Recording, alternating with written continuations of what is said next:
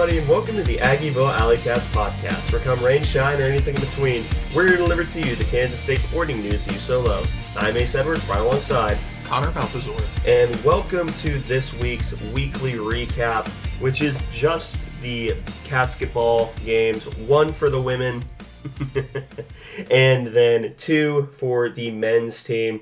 So let's just go ahead and dive straight into the women's team because, like we said last week, we feel that they've probably earned the top billing on the show. And it's a massive victory against, at the time, number 10? Yes. Number 10 in the country, Texas, in Bramlage Coliseum, with a really good crowd of 7,000 people, a really involved crowd who got loud when they needed to. Definitely a really, really good environment for a women's game. And K-State ends up edging out Texas 61-58, and I don't think I can really put into words how massive a victory this was for the Cats, that although they did have a marquee victory against, say, against North Carolina and against Iowa, this was the first marquee conference victory, and that is a massive thing to get. Yeah, this is a team that has mostly had K-State's number the last few years. So getting a win over Texas, that's huge. This is a Texas team that's really kind of been dominant in the Big 12, especially against K-State. They've particularly been a good matchup, or I guess a bad matchup for K-State. They match up very well with K-State with their style of play. They're very, very physical and very athletic, but K-State was really kind of going punch for punch with them in that sense, as well as in the scoring. This game was back and forth the entire way. Neither team ever really got a huge handle on it. I think the biggest lead, might have been 7 both ways at various points, and K-State's came in the first 2 minutes. So it was a pretty unbelievable game. Yeah, 11 ties and 12 lead changes in this one, but K-State just came up with big plays when they needed them most, and they ultimately they earned the win. They played really, really well. They made their free throws down the stretch, and they didn't shoot great from three, but the threes that they did make were absolutely massive and timely, and that's I think that's the biggest thing to take into account. To take into account. But yeah, do you want the starters? Or you want me to take them? You can go ahead and have the starters. All right. So obviously, it all starts with Ayoka Lee, who played 35 minutes, 21 total points, 8 of 12 from the field, perfect from the free throw line, 5 of 5, 10 total rebounds, 5 of them being offensive, so a double-double in points and rebounds. 3 fouls, 1 assist, no turnovers, 4 blocks, and a steal. So again, typical Yoki performance. Serena Sundell, 37 minutes, 12 total points, 4 of 9 from the field, 0 of 1 from 3. Also perfect from the free throw line, as was everyone, going 13 for 13. 6 total rebounds, 1 offensive, 2 fouls, 5 assists, 3 turnovers, 1 block, 1 steal, 12 total points. Stuff the stat sheet. Jalen Glenn, 32 minutes, 4 of 10 from the field, 2 of 5 from 3. 2 of the most clutch shots of the game, I would say. Which, granted, she was completely wide open on both of them. But that doesn't make them any less clutch shots. 3 rebounds, 2 fouls, no assists, 2 turnovers, 2 steals, 10 total points. Briley Glenn, 13 minutes, 1 of 3, 0 of 1 from 3, 2 of 2 from the free throw line, 1 rebound, 1 steal, 4 total points. And then Gabby Gregory, who ended up getting hurt this game, rolling her ankle. 25 minutes, 1 of 4 from the field, 1 of 3 from 3, 1 rebound, 2 fouls, 1 assist, 5 turnovers, and 3 total points. So not the best day for Gabby Gregory. Yeah, definitely not her best day. But all things considered, she was playing through a lot of pain. When she tried to come back in, and she just ended up getting hurt again. But we still had some players play really well. Of course, Ayoka Lee was great, securing a double-double against a really good team.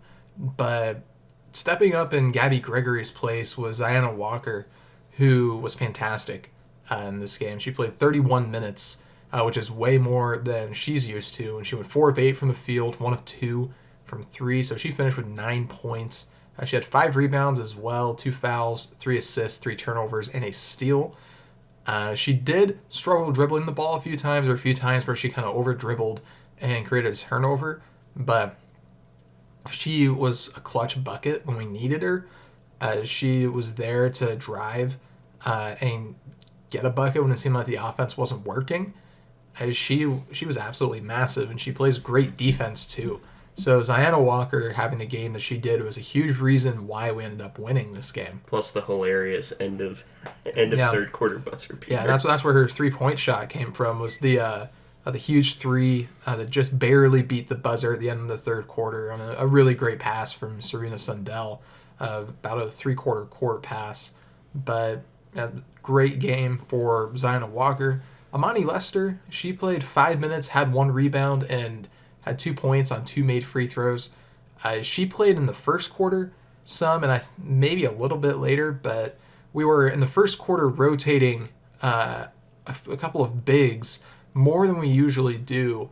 I think maybe to get Aoka Lee some early rest, and it seemed to pay off in the long run. Gisela Sanchez, she played 10 minutes in this one, did not score, had a rebound, an assist, a turnover, and a block. She had a really nice pass at one point that led to an easy layup. Taryn Sides, not her best game in K-State uniform. She played 9 minutes, went 0 of 2 from 3. She had 1 rebound, 2 assists, and 2 turnovers. And Eliza Maupin, she played 3 minutes in the first quarter and didn't really do a whole lot, but she was out there to spell Aoka Lee. What the Maple doing? I don't know.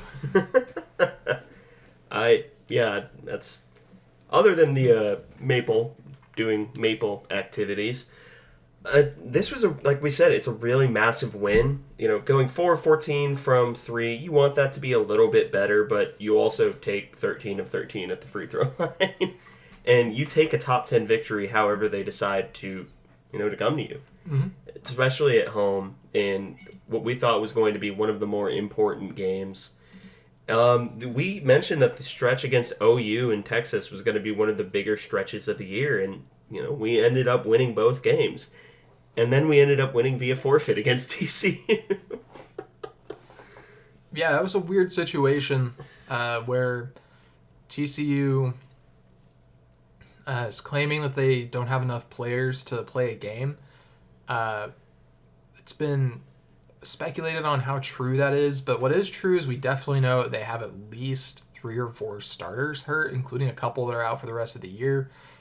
But they kind of abruptly canceled their next 2 games. They're having open tryouts for walk-ons for the rest of the season, which is really strange for a D1 basketball program. They supposedly had 4 players get hurt at a practice on Monday or Tuesday of this week, which is nuts. I've never heard. It's pretty rare for 1 player to get hurt, I feel like, in a basketball practice. So to see 4 players get hurt in a single practice, that is really, really unusual. I'm not going to speculate on anything because it's just not worth it. But TCU forfeited. I don't know. I get that it's an NCAA rule so that it doesn't count towards our overall record, but I feel like it should because they're the ones that are forfeiting. They're not playing when they probably could. Yeah. It wouldn't be pretty, but they could play. We have seen teams play with similar numbers of players to what TCU would have, which I think they would have had like 6 or 7. Yeah. K-State in the either COVID season or 2021 season. It was the COVID season against Texas. Yeah, they played a game with only 6 or 7 guys, and Shane Southwell is the head coach. So it's Maple is doing Maple activities. We're not sure if you can hear him, but Maple is doing Maple things. Yeah, so pretty unfortunate for both K-State and for the players on TCU's roster who may have gotten their first shot at big minutes to not get that chance. But it goes down in Big 12 books as a win. So K-State now 6-0 in Big 12 play, despite only actually playing 5 games. So kind of a very unusual situation that I think we got used to during COVID, seeing games get canceled or postponed, but not often for injury-related reasons, for excessive injuries. So Very, very unusual to see. Not really sure what to make of it, but K-State escapes without a loss this week, even though they had an unusual result in one of them, which I think it officially goes down as a 2-0 win. Yeah, the ye olde 2-0 dub. Yeah. Yep. But before we move on to the men's team, here is a quick word from today's sponsor. And welcome back to this episode of the Aggieville Alleycats. Now we're going to go over the men's catsketball games, starting with the game up against Texas Tech down in Lubbock. At first, we just thought the game was funny because there were several things that transpired in the first half that we were coming down off of the Texas win for the women's team. So we were just kind of playing with emotional house money, basically, during the first half. And then we went on a 20-0 run in the first half, and that went alongside Tyler Perry being described as wet, as well as, the hilarious nuclear bombs that went off every single time the rim was so much as touched. So we were playing with emotional house money and, 33-22 first half. And then K-State chokes it away. And it was no longer emotional house money. It was sadness. Yeah, I totally agree with what you said. This was house money to start with, but then K-State took a lead, and then I cared, and then they lost it, and then it hurt, and that sucked. That was a very painful loss because Big 12 road wins are just so hard to come by, and to just let one, just throw one away like this, which that's what this was just throwing away a win, completely blowing it at the end of the game, just not able to convert on offense at all. This was really, really frustrating. I don't really even know what else to say about it. Honestly, just really disappointed in the result. This one really hurt. Yeah, this one really hurt, and it's not even for the reason of, they missed a travel on the bucket that ended up being the Texas Tech winning bucket. I don't really care about that as much. I do take exception with the fact that our entire plan was to get free throws to end the game, and Tang himself afterwards took problems with that. So it's not like I'm alone in that regard. But you have the starters for this game. Yep, so Tyler Perry led the scoring in this one for K-State, although most of those points came in like a 3 or 4 minute stretch. He had 37 minutes, 16 points on 5 of 15 from the field, 4 of 11 from 3, and made his 2 free throws. Had 2 rebounds, 3 fouls, 4 assists, 4 turnovers, and a steal. So he had a brief stretch of game time where he looked genuinely unstoppable, and otherwise had a okay game. Not very efficient shooting the ball, but that's nothing new, really. He's not been super efficient this year. But then we move on to Cam Carter. He played 38 minutes, had 15 points on 6 of 11 from the field, 3 of 5 from 3. So he shot the ball pretty well, especially from distance. 4 rebounds, 4 fouls, 2 assists, a turnover, a block, and a steal. So he stuffed the stat sheet. Arthur Kaluma, he had 10 points in 36 minutes. 4 of 10 from the field is not great. 2 of 5 from 3, that's 40%. Not going to complain too much about that. And 6 rebounds, 3 fouls, 3 assists, 3 turnovers, and a steal. Will McNair was very close to a double-double in 33 minutes. He had 9 points on 3 of 6 from the field and 3 of 5 at the free throw line, and added 9 rebounds, so 1 point and 1 rebound off the double-double. I had 3 fouls, no assists, of 5 turnovers. They did have 5 blocks. So, like much of the K-State lineup, had a very wishy-washy game. Then David Gasson, he had 5 points on 2 of 3 from the field, and he made a 3 on this one as well as his first make on the year, which he's really gotten confident in the last couple of weeks with a shot after he started making free throws, I guess.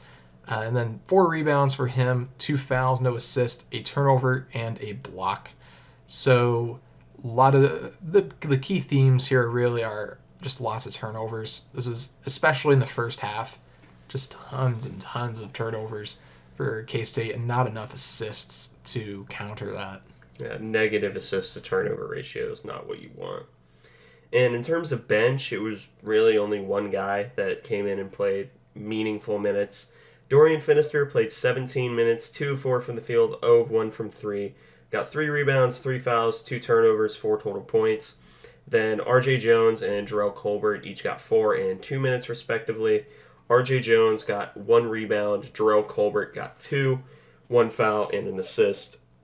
So the number one way to describe this game is massively disappointing, especially with an 11-point lead at half and ending the first half on a 20 to none run. You don't lose games that you do that very often. And when you do, you can't really call it anything else but a choke job. And that's really the best way to describe it is K-State choked this game away. A road Big 12 victory where they had it in hand and just let it slip away. Which, road Big 12 wins are hard to come by, yes, but this was one that they had firmly in their grasp and then proceeded to just let go.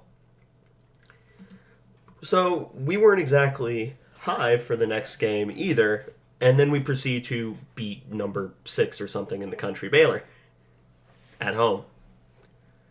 This team is an enigma to me. 68-64 overtime victory, over Tang victory. I guess Jerome Tang just has Baylor's number, which I guess makes sense given that he was an assistant on the staff. And B, for some reason, this team is able to find another gear in overtime that they just haven't been able to find anywhere else. Also, apparently, we weren't there, but we could tell on the broadcast, the crowd was nuts at certain points in this game. It made me really wish that we were there in Manhattan instead of in Topeka doing law school things and thinking about not doing our reading for the first week and then dreading the fact that we had to do our reading for the first week after the game. But yeah, 68-64 Wildcat victory in Bramlage Coliseum. I have the starters. Tyler Perry, 43 minutes, 3 of 14 from the field, 1 of 8 from 3, but 11 of 12 on his free throws. 7 rebounds, 1 foul, 4 assists, 2 turnovers, 4 steals, 18 total points. Yeah, let's call a spade, that's terrible. Like, his free throws are pretty much his free throws and rebounds are the 2 redeemable parts of this game when we were promised an elite shooter. Now, granted, the last time that we called him a little disappointing, he went off. So maybe we should just continue doing that. However, this is just being honest. Yeah, I mean, I want him to go off. I don't know if I want to waste that power on Oklahoma State, but I definitely wouldn't mind if he went off again still. But yeah, he didn't have a great game, really, shooting the ball. Yeah. Cam Carter played 35 minutes, 7 of 14 from the field, 2 of 5 from 3, 2 of 3 on his free throws, 1 rebound, 5 fouls, so he didn't end up fouling out, 2 assists, 7 turnovers, 1 block, 1 steal, 18 points, so he stuffed the stat sheet. Arthur Kaluma ended up getting a double-double in 39 minutes, 4 of 9 from the field, 3 of 6 from 3, including the biggest, arguably the biggest, maybe second biggest 3 of the game that ended up being a 4-point play in overtime, and he made and converted the 4-point play on his 1 free throw. 10 rebounds, 1 foul, 2 assists, 3 turnovers to 12 total points. Will McNair played 27 minutes, 2 of 4 from the field, 0 of 2 on his free throws, including an airballed free throw, which made Connor and I both make a groaning noise that I'm not sure that we could replicate absent another airballed free throw. 7 rebounds, 2 fouls, 1 assist, 2 turnovers, 1 block, 1 steal, 4 points, so he stuffed the stat sheet. David Gasson, 36 minutes, 1 of 2 from the field, 6 rebounds, 3 fouls, 1 assist, 1 turnover, 1 steal, 2 total points. So the big ones in terms of shooting were Arthur Kaluma and Cam Carter, and Tyler Perry's just going in at the free throw line, which granted, getting to the free throw line is a skill in and of itself. Give credit where it's due. But good Lord, this game could have been won handily if he has an average, not even an average Tyler Perry North Texas game.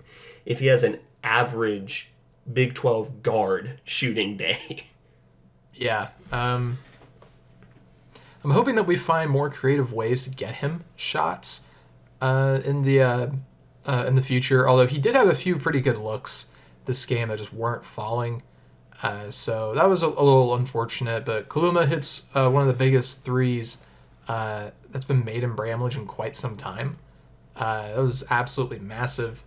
And to do it while being fouled as well. Cam Carter was really good playing with 4 fouls for quite a while. It really wasn't Will McNair's day though. Had a couple of easy misses, airballed the free throw. His defense wasn't great. He was kind of getting exposed on the defensive end as well. Just wasn't really his day. But somebody who did play pretty well though was Jarrell Colbert. He played 17 minutes and was 2 of 2 from the field, made both of his free throws. So he finished with 6 points, had 1 rebound, 1 foul, 1 turnover, and then a blocked shot as well. And it was a pretty big block shot as well. It was in transition and would have been an otherwise pretty easy bucket, but he hustled down the floor and for a big man made an incredibly athletic play. So good on Jarrell Colbert. He also had a really cool dunk at one point where he went under the basket and then back over and dunked on the opposite side. So he was really good, I thought. I thought he was a really big asset on the offensive and defensive ends. He did have a defensive lapse at one point that resulted in an and one, I think. But other than that, he was pretty solid defensively. So it's been nice to see him kind of turn a corner lately. Then Dorian Finister, he played 20 minutes, was 2 of 7 from the field, 0 of 2 from 3, and made 1 of his 2 free throws. So he finished with 5 points. He also had 5 rebounds, 2 fouls, 3 assists, and no turnovers. All in all, that's a pretty good day for Dorian Finister. One of the threes that he missed was the one right before Arthur Kaluma's, where David Gasson got the offensive rebound, kicked it out to R.J. Jones, who swung it to Kaluma, who then made the huge 3. So I don't really hold that against Dorian that much because he just had to take a 3 there. Like, he's not the ideal shooter, but he was in the corner and he was open, so you got to do it there. Yeah.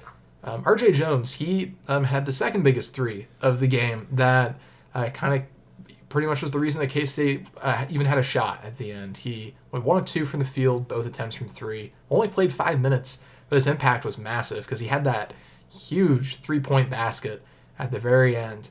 He had a rebound, a foul, and then he had the assist on the Arthur Kaluma 3. So R.J. Jones was instrumental in this win. And so he was a game-changing player in just 5 minutes. That was his first time scoring since December, early December at that. So again, nice to see him get back involved. And then Caleb Rich, he played 3 minutes, I think, in the first half. He had a rebound and a foul. Didn't attempt any shots or anything. And then still no Day-Day Ames. We haven't seen him the last couple of games. He's been dealing with some sort of ankle injury, I think. But he did warm up and was a game-time decision. They just didn't roll with him this game. So that tells me that we're very close to seeing Day-Day. I mean, he nearly played against Baylor, but it's been nice to see some other guys step up lately. I mean, Dorian we've already known about, but Jarrell had a really nice game. RJ was huge in just a couple of minutes. So at this point, we've seen pretty much everyone on the roster that's playing have a game where they were one of the key reasons that we ended up winning. Like even like Tosh Manning's had his moments, Caleb Rich has had his moments. Everybody's had a big game, it feels like, at this point. Yeah, and when not everyone is clicking at the same time, sometimes it takes one person that you don't expect to click. And, Dorian Finister deciding to be good has been massive for the team, getting a bunch of bench minutes in the absence of Quez Glover and Day-Day Ames now. But, yeah, this was a massive dub for the men's basketball team. And then the next game up for K-State is Oklahoma State, a bad Oklahoma State squad. So hopefully, we end up pulling out a victory there, knock on wood, on Lavender Legends Day. And then next week, we go to Hilton Coliseum in Iowa State, or in Ames at Iowa State. And so that's always going to be a tough place to play. So, got to beat Oklahoma State. And you have to take, I'd say, probably one of two of Iowa State or Houston. Both are massive asks. But if we manage to get one of those 2 games, you're feeling pretty solid about the Cat. You're feeling pretty good about the Cats making the tournament. Yeah, I mean, it's early right now, but I think after that win against Baylor, we went from wrong side of the bubble to right side.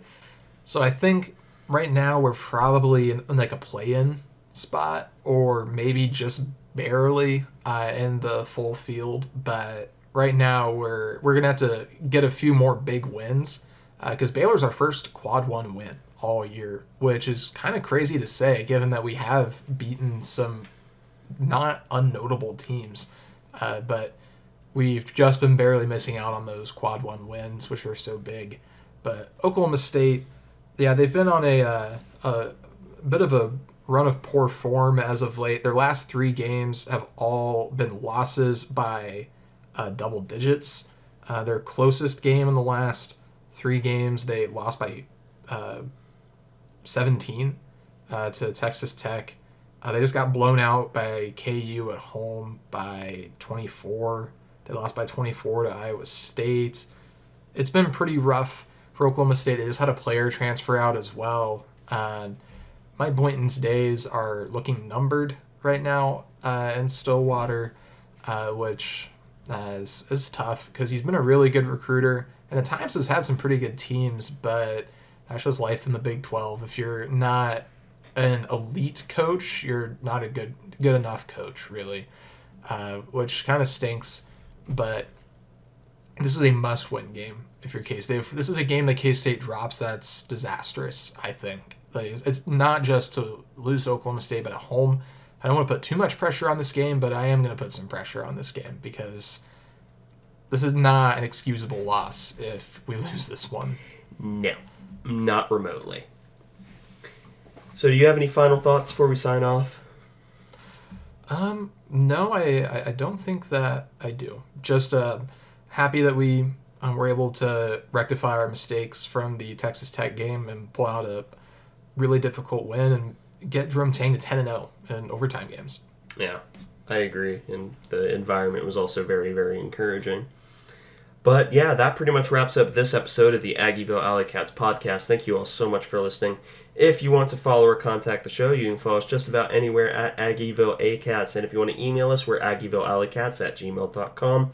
If you want to follow us on a more personal note, I am at ACEdward00. I am at Connor Baltazar, capital C, capital B. And if you want to support the show financially, please be sure to check out the official Aggieville Alleycats merch store and our supporters link through Spotify for Podcasters. Both are in our Twitter and podcast bios. But most importantly, thank you all for listening to this episode of the Aggieville Alleycats podcast.